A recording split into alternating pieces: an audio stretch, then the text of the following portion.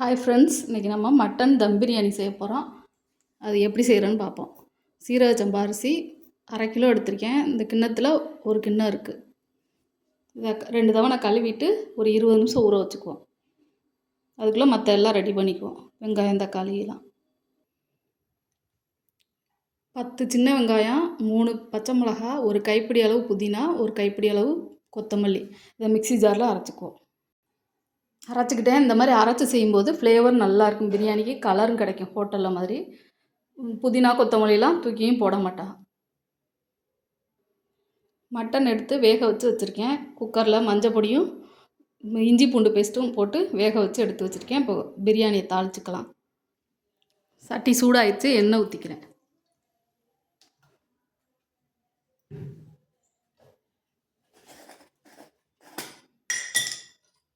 நெய் சேர்த்துக்கிறேன். நான் பிரியாணிக்கு நெய் கொஞ்சமாக தான் சேர்ப்பேன். 2 ஸ்பூன் சின்ன ஸ்பூனில் ஊற்றிக்கிறேன்.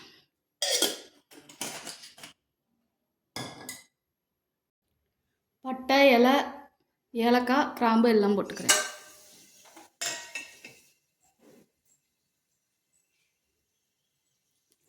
ரெண்டு பெரிய வெங்காயம், 3 மீடியம் சைஸ் தக்காளி நறுக்கி வச்சுருக்கேன். இப்போ வெங்காயத்தை போட்டுக்குவோம்.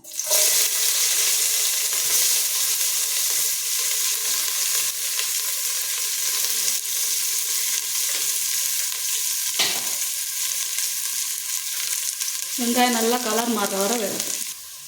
வெங்காயம் இந்த அளவுக்கு கலர் மாறுற அளவுக்கு வதங்கணும். அப்போ தான் பிரியாணி டேஸ்ட்டாகவும் இருக்கும், கலரும் கிடைக்கும், அந்த ஹோட்டல் கலரு. இஞ்சி பூண்டு பேஸ்ட்டு 1 ஸ்பூன் போட்டுக்கிறேன். ஏற்கனவே மட்டனில் வேக வச்சுருக்கோம், சேர்த்து பிரியாணிக்கு மட்டும் போட்டுக்கிறேன். பச்சை ஸ்மெல் போகிற வரைக்கும் 1 நிமிஷம் வதக்கி விட்டுக்குவோம், லோ ஃப்ளேமில் வச்சு.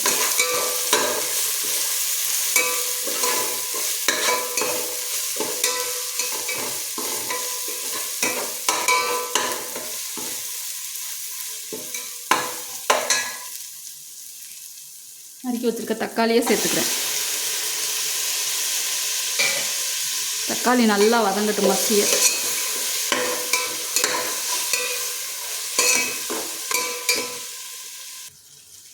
தக்காளி வதங்கிடுச்சு. இந்த அரைச்சி வச்சுருக்க பேஸ்ட்டை அதில் சேர்த்துக்கிறேன். பச்சை ஸ்மெல் போகிற வரைக்கும் நல்லா வதக்கணும். லோ ஃப்ளேமில் வச்சுக்கிட்டு வதக்கணும். இந்த மாதிரி நல்லா சிம்லே வச்சு வதக்கிட்டு எண்ணெய் பிரிஞ்சு வரும் ஓரம்லாம். அந்த ஸ்டேஜில் பிரியாணி பொடி 1/2 ஸ்பூன் சின்ன ஸ்பூனில் போடுறேன். இது வீட்டிலே ரெடி பண்ண பொடி. 1 ஸ்பூன் தனி மிளகாய் பொடி போட்டுக்கிறேன். ஏன்னா பச்சை மிளகாலாம் அரைச்சிருக்கோம், அதனால் எனக்கு 1 ஸ்பூன் போதும். காரம் உங்களுக்கு ஏற்ற மாதிரி போட்டுக்கோங்க. இதை 1 நிமிஷம் அப்படியே கிண்டி விட்டுருவோம்.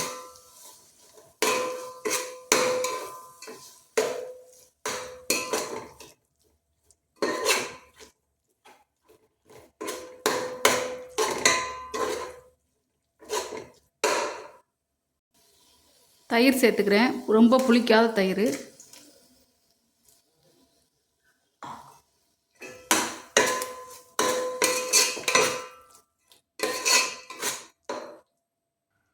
இந்த வேக வச்சுருக்க மட்டனை மட்டும் எடுத்து அந்த மசாலாவில் போட்டு 1 நிமிஷம் அப்படியே மசாலாலாம் அந்த மட்டனில் சேர்கிற மாதிரி கிண்டி விடுவோம். லோ ஃப்ளேம்லேயே வச்சுக்கணும்.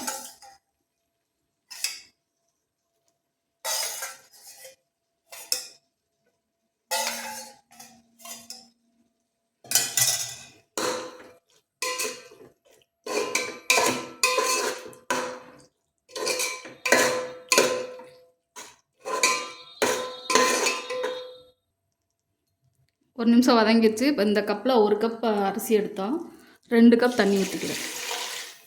இந்த மட்டன் வேக வச்ச தண்ணியை சேர்த்து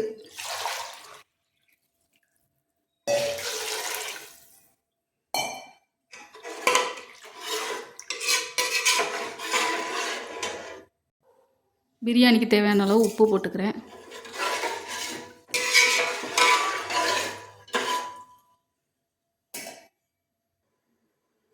லெமன் கொஞ்சமாக புழிஞ்சு விட்டுக்கிறேன்.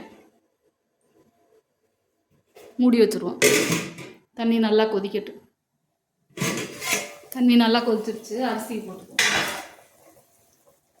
இந்த தண்ணி கொதிக்கும் போது உப்புலாம் போதுமான்னு பார்த்துக்கணும். இந்த தண்ணி வந்து உப்பு கொஞ்சம் கூட இருக்கணும். அப்போ தான் கரெக்டாக இருக்கும் பிரியாணிக்கு. தண்ணியை குடித்து பார்க்கும்போது கொஞ்சம் கூட இருக்கிற மாதிரி இருக்கணும்.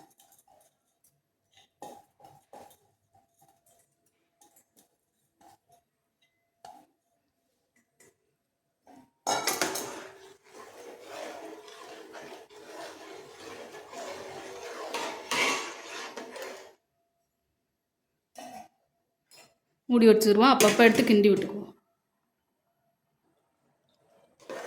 அப்பப்போ எடுத்து கிண்டி விட்டுக்கிட்டே இருக்கணும்.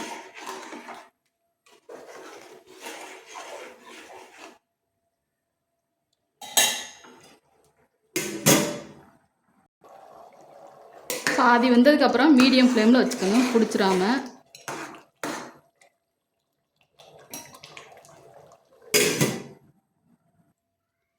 இந்தளவுக்கு அரிசியும் தண்ணியும் ஒன்றா வரும். கரெக்டாக அந்த மாதிரி வரும்போது கீழே ஒரு பழைய தோசைக்கல்லை வச்சு சூடானவுன்னு தூக்கி வச்சிடணும். மூடிட்டு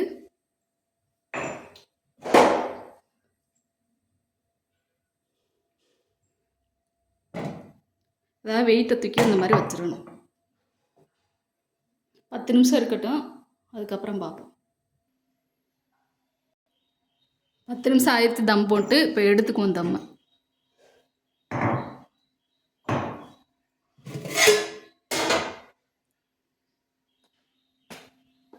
பிரியாணி கரெக்டாக இருக்குது, தண்ணியெல்லாம் பாருங்க.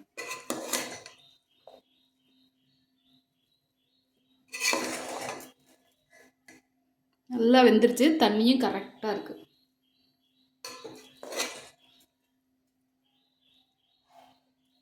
நல்லா பொழு பொழுன்னு இருக்குது.